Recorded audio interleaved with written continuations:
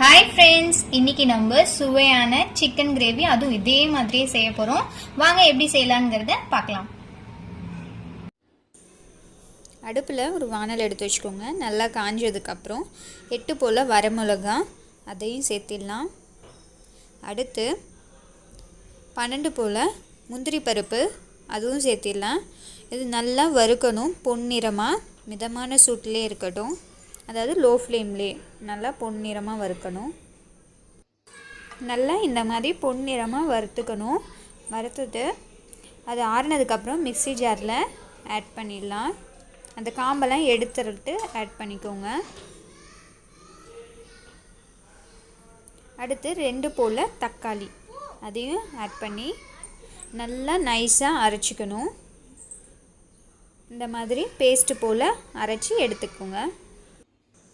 அடுத்து ஒரு வானலில் 3 ஸ்பூன் பக்கம் நெய் ஆட் பண்ணிக்கலாம். நெய் நல்லா காஞ்சதுக்கப்புறமா 1 ஸ்பூன் பக்கம் எண்ணெய் ஆட் பண்ணிக்கோங்க. எண்ணெய் நல்லா காஞ்சதுக்கப்புறம் 2 பெரிய வெங்காயம் பொடிசாக நறுக்குனது அதுவும் ஆட் பண்ணிடலாம். நல்லா பொன்னிறமாக வதக்கணும். வதங்கின பிறகு 3 ஸ்பூன் இஞ்சி பூண்டு பேஸ்ட்டு ஆட் பண்ணிக்கணும். அதுவும் நல்லா பச்சை வாசம் போகிற வரைக்கும் நல்லா வதக்கணும்.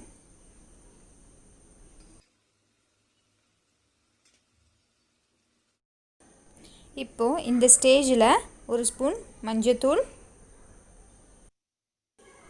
அடுத்து மிளகாத்தூள் நான் 3 ஸ்பூன் ஆட் பண்ணியிருக்கேன். நீங்கள் காரத்திற்கேற்ப ஆட் பண்ணிக்கோங்க.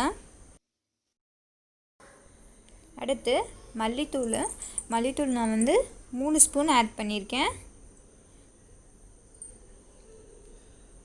3 ஸ்பூன் ஆட் பண்ணோடனே நல்லா பச்சை வாசம் போகிற வரைக்கும் நல்லா வதக்கி விடணும். நல்லா இந்த மாதிரி பச்சை வாசம் போகிற வரைக்கும் நல்லா வதக்கிக்கோங்க. வதக்கினதுக்கப்புறமா கொஞ்சம் போல் தண்ணி தெளித்து விடுங்க. தண்ணி தெளித்ததுக்கப்புறமா ஒரு 2 நிமிஷத்துக்கு நல்லா வதக்கி விடுங்க. நல்லா வதக்கினப்போ தான் பச்சை ஸ்மெல் போயிடணும். நல்லா வதங்கினதுக்கப்புறம் நம்ம எடுத்து வச்சுருக்க சிக்கனை ஆட் பண்ணிடலாம். நான் இன்றைக்கி 3/4 கிலோ சிக்கன் எடுத்திருக்கேன். அது எல்லாத்தையும் ஆட் பண்ணிடலாம். எல்லா சிக்கனையும் ஆட் பண்ணதுக்கப்புறம் நல்லா மசால் படுற மாதிரி நல்லா கிளறி விட்டுக்கோங்க. இப்போது நம்ம இதுக்கு சிக்கனுக்கு தேவையான உப்பை ஆட் பண்ணிடலாம். ஆட் பண்ணிவிட்டு நல்லா கிளறி விடணும். மசால் உப்பு எல்லாம் நல்லா படுற மாதிரி சிக்கனில் படுற மாதிரி நல்லா கிளறி விட்டுக்கோங்க. கிளறி விட்டுட்டு ஒரு 5 நிமிஷம் அதை அப்படியே சிம்லேயே வச்சுருக்கோம். இப்போ இந்த ஸ்டேஜில் நம்ம அரைச்சி வச்சுருந்த பேஸ்ட், அதாவது வரமிளகா, முந்திரி, தக்காளி இதை ஆட் பண்ணி நல்லா இதையும் நல்லா கிளறி விடணும். கிளறி விட்டுட்டு இதை சிம்லேயே வச்சுருக்கணும்.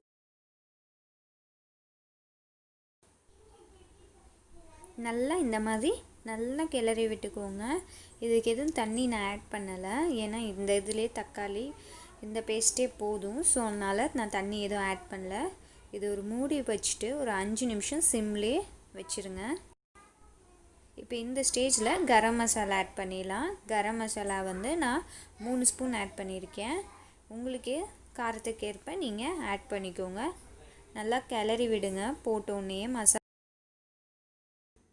மசாலாம் போட்டதுக்கப்புறம் நல்லா இந்த மாதிரி கிளறி விடுங்க. கிளறி விட்டுட்டு மூடி வச்சுடுங்க. 15 நிமிஷம் கழித்து நம்மளோட சிக்கன் நல்லா வெந்திருக்கு.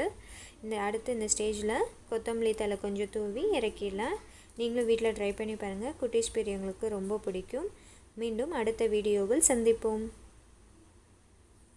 இந்த வீடியோ நீங்க பார்த்துட்டீங்கன்னு நினைக்கிறேன். லைக் பண்ணுங்க, ஷேர் பண்ணுங்க, கமெண்ட் பண்ணுங்க. உங்களுக்கு பிடிச்ச ஃபுட்டை கீழே கமெண்ட்ல கொடுங்க. நாங்கள் அதை நெக்ஸ்ட் வீடியோவில் போடுவோம்.